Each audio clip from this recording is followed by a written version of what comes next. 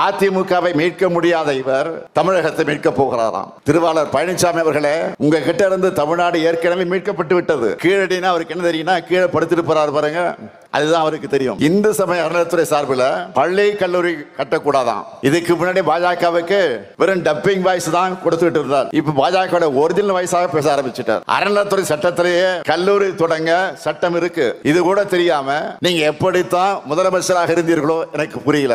எதிர்கட்சி தலைவர் பழனிசாமி அவர்கள் இப்ப என்ன செய்கிறார்?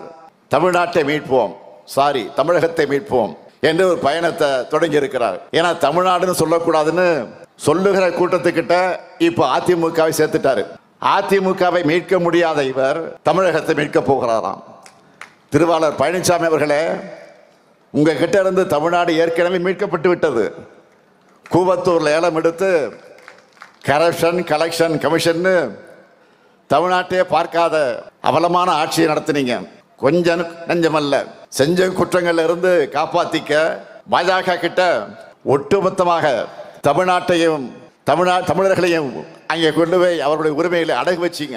நீங்க செஞ்ச கேடுகள் ஒன்றா ரெண்டா, அதையெல்லாம் சரி செஞ்சு இன்று இந்தியாவிலேயே தமிழ்நாட்டுடைய வளர்ச்சி தான் நம்பர் 1, 9.69 விழுக்காடு.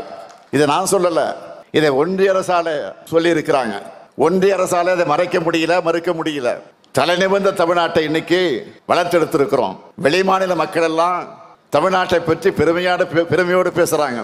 இதெல்லாம் உங்களுக்கு எங்க தெரிய போகுது? பழனிசாமி அவர்களே, உங்களுக்கு தெரிந்ததெல்லாம் துரோகம் செய்யறது மட்டும்தான். உங்களை கொண்டு வந்தவருக்கு துரோகம் செஞ்சு வெளியில் அனுப்புனீங்க.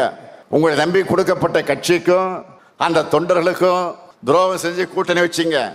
ஆட்சியில் இருந்தப்போ தமிழ்நாட்டை உரிமைகள் அடகு வச்சு தமிழ்நாட்டு மக்கள் மொத்த பேருக்கும் துரோகம் செஞ்சீங்க.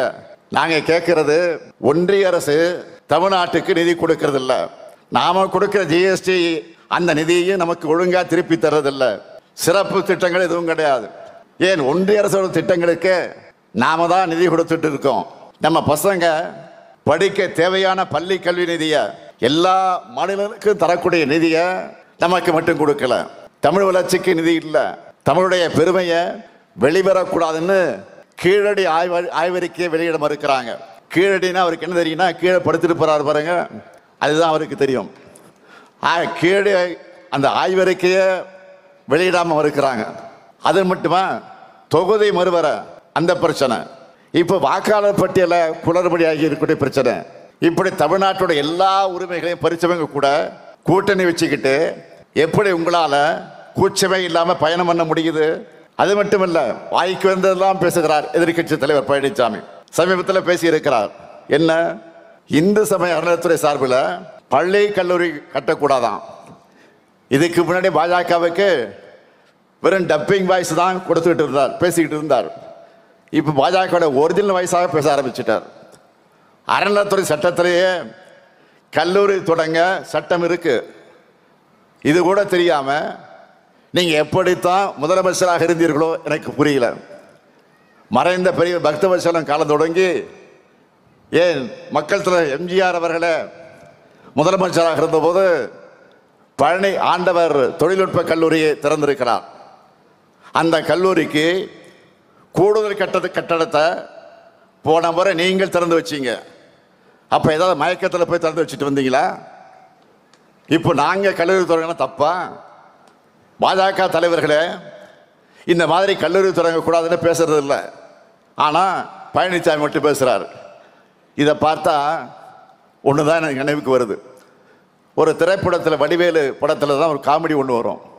என்னன்னா, கொடுத்த காசுக்கு மேலே என்னமா கூவுறான்னு, அந்த மாதிரி பாஜகக்காரங்களே பேசிட்டு இருக்காங்க. இந்து சமய அறநிலையத்துறையை பொறுத்த வரைக்கும் தமிழ்நாடு வரலாற்றில் இல்லாத அளவுக்கு திராவிட மாடல் செய்திருக்கக்கூடிய சாதனையோட லிஸ்ட் பெருசா இருக்கு. நான் பழனிசாமியை நேரடியாக கேட்கிறேன், ஏன் படிப்புனா உங்களுக்கு அவ்வளவு கசக்குது? கல்விக்காக உண்மையிலே குரல் எழுப்புகிற மாதிரி இருந்தா, கும்பகோணத்தில் நம்முடைய முத்தமிழறிஞர் தலைவர் கலைஞருடைய பெயரான பல்கலைக்கழகம் அமைக்க போறோம்னு சட்டமன்றத்தில் சட்டமே ஏற்றி அனுப்பி வச்சோம். 2 மாசம் ஆயிருக்கு. அதுக்கு ஆளுநர் இதுவரையில் அனுமதி தராமல் இருக்கிறார். நான் கேட்டேன், இதை விட ஆளுநருக்கு என்ன வேலை? இதுக்காக குரல் எழுப்ப எதிர்க்கட்சி தலைவருக்கு நெஞ்சுரம் இருக்கா? நீங்க ஒன்றிய அரசு கிட்ட கேட்டாலும் கேட்காவிட்டாலும் நாங்க உறுதியோடு சொல்லுகிறேன், சட்ட ரீதியாக எதிர்கொண்டு கலைஞர் பல்கலைக்கழகத்தை நிச்சயமாக உறுதியாக அமைப்போம். மாண்புமிகு எதிர்க்கட்சி தலைவர் பழனிசாமி அவர்களே, மக்களுக்கு எதிரான கருத்துக்களை பேசிக்கிட்டு தமிழ்நாட்டுக்கும் தமிழ்நாட்டு மக்களுக்கும் துரோகங்களை செஞ்சுக்கிட்டு மக்களை எப்படி ஏமாற்றி விடலாம் என்ற நப்பாசையோடு நீங்கள் என்ன பயணம் செஞ்சாலும் மக்கள் ஒருவதும் உங்களை ஏற்றுக்க மாட்டாங்க. ஏன்னா அதுதான் உங்கள் ட்ராக் ரெக்கார்டு, துரோகங்கள் தான் உங்கள் ஹிஸ்ட்ரி.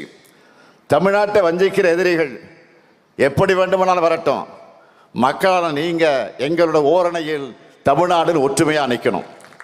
நம்மோட மண், மொழி, மானம் காக்க என்றைக்கும் திராவிட முன்னேற்றக் கழகமும் மண்ணின் மைந்தரான கலைஞரின் கொள்கை வாரிசான இந்த முத்துவேல் கருணாநிதி ஸ்டாலினும் துணை நிற்போம் என்று கூறி விடைபெறுகிறேன். நன்றி, வணக்கம்.